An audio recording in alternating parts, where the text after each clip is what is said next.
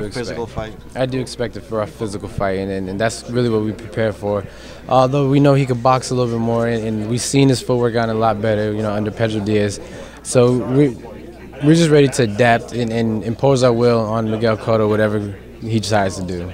Yesterday he did a public workout. He mentioned that he's very confident also that he can win, and he's very confident that he'll return to the island with your belt. Well, that's what champions are supposed to be. They're supposed to be confident in that they're going to win. But, I got different plans. And going home with my belt is my plan. Obviously, that's your main motivation. Plus, you're getting married, your family in the future. Well, it depends. All my dreams boil down to this fight here. If I want to become the superstar that I've dreamed to be, I have to get past Cotto. And, you can hear me say that the next fight. And I'm sure you heard me say that the last fight. But this is the most important fight of my career. And every fight from here on is the most important fight because I can't lose that O on my record. And I can't lose that belt because the powers that be won't let me back in because I don't feel like they want me here anyway. How do you think you're going to react when you see the crowd, that pro-Cotto crowd in Saturday night? It's just going to get my adrenaline pumping. I feel like I can use any motivation, negative or positive, to go forward. So it's really going to get my blood boiling. I'm already excited just thinking about it. All right. Thanks a lot, man. Yeah, no problem. Take care, man. Thank you. How do you think there's going to be a factor in this fight? Well, I have a good jab. It's going to be very quick, and I have to let my combinations go and be first. So speed's going to be a big factor. I got to get off first and get out of there first. Not only will speed be a factor, but my footwork's going to be a factor. I can't stand there and let them get close. I got to keep them in my reach. So, feet and speed, it's going to be the keys in the early rounds. Then I'll be able to sit on something. You got your belt in Mexico, right? Mm-hmm. Do you think that will help you in front of the Puerto Rican crowd? Definitely. I know God's put me on that type of path to prepare me for this feat that we have at hand. Imagine if I only fought at home and only fought in a pro-Trout crowd. And to come in here, this would be a big shock, but I hardly fight at home. As a matter of fact, last year was the first time in like 3 years that I fought in America. So, I think it's all part of the process. I think God has good plans for me. I feel like I could win the crowd over here. Being a guy that's fought on the road so much, it's kind of playing into your hand. Right. Yeah, I'm comfortable in this position. This is not out of my comfort zone. A lot of people think I won't be able to handle the crowd, but the crowd can't do nothing but cheer for him. It's just me and him and the ref, and that's all I'm worried about.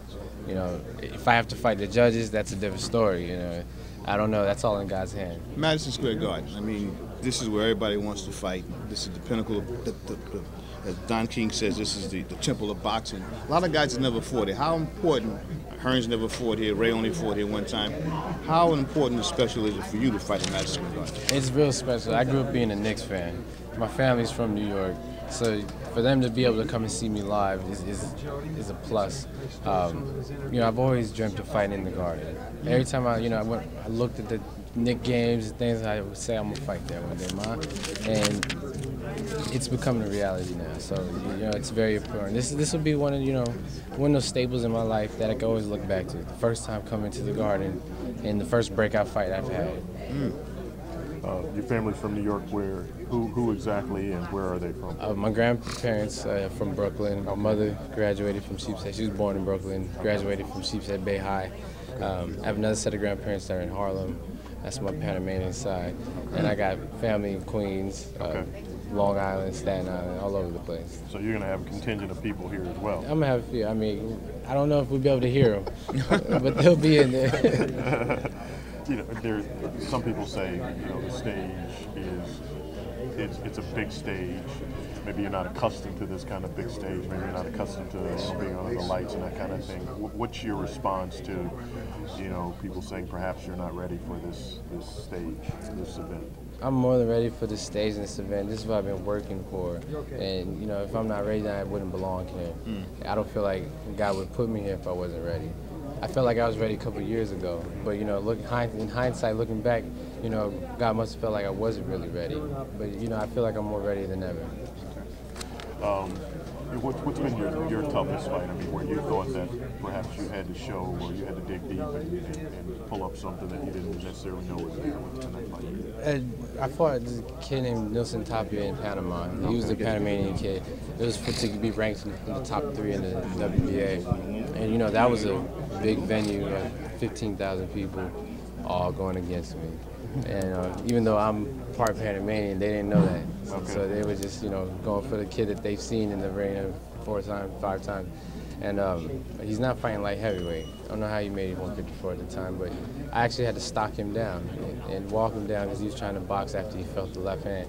So that was one of those fights that I had to change up my style, come out of my comfort zone to bang out a victory. And even then, even though I beat him every round, the Panamanian guy gave us a draw. The rest, you know, wide, long division of the fight. He didn't know you were Panamanian. He didn't know. Yeah.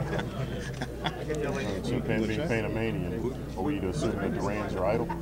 He is one of them. Yeah, definitely. The thing I like about Duran though, yeah, over there, you know, it's funny too though, because he was you know, with the kid, and he was telling me, he was pointing at me, and I heard him, you know what I'm saying, in Spanish, because my Spanish is all right. You know, he's an American. He's got bitch in him. Don't worry. I was like, yo, Duran just called me a bitch. Make him pay for that. Yeah. So does that make him less of an idol now? Yeah, well, I mean, he's just backing this guy. Yeah, he came out and gave me congrats and everything, and that was a big deal for me. You tell him you had some Panamanian blood in you? Yeah, I was trying to tell him Raku was my cousin, man. Like, that's my family. And he changed it up. I didn't know, man. You know, yeah, it's good. So you wouldn't have bitch no more? Yeah, he switched it up. He didn't apologize, but, you know, I don't think he knew I knew.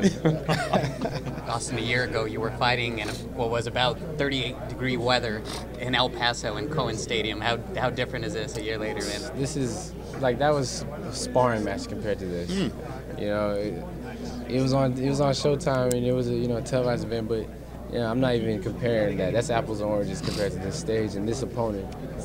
It's not as cold as it was then, man. Definitely not. At least we're inside. I mean, it's cold out there, but we're in a good temperature inside. But more important, not put race aside. I don't think that has anything to do with it. I think he's had a top promoter for a long time with Top Rank. I haven't. Matter of fact, I just got a promoter like a year and a half ago. And I think that's what's been the difference. You know, I haven't been able to get on TV because all the top promoters own those TV days. So, you know, going the route I did, no one's going to know who I am. The masses don't watch TV Azteca, you know, Televisa and things like that. So I think it's the promotion and the pockets he's had behind him. You know, whether he was black, white, Puerto Rican, he was a great fighter. And they promoted that. And then luckily he was Puerto Rican, you know what I mean? So I don't think race has anything to do with it. And I need my brothers to come step behind me. You've had to face a lot of opposition as you're fighting in Mexico, fighting in Panama. This promotion has been very respectful, it seems to me. You seem to have a good rapport, respectful exchanges.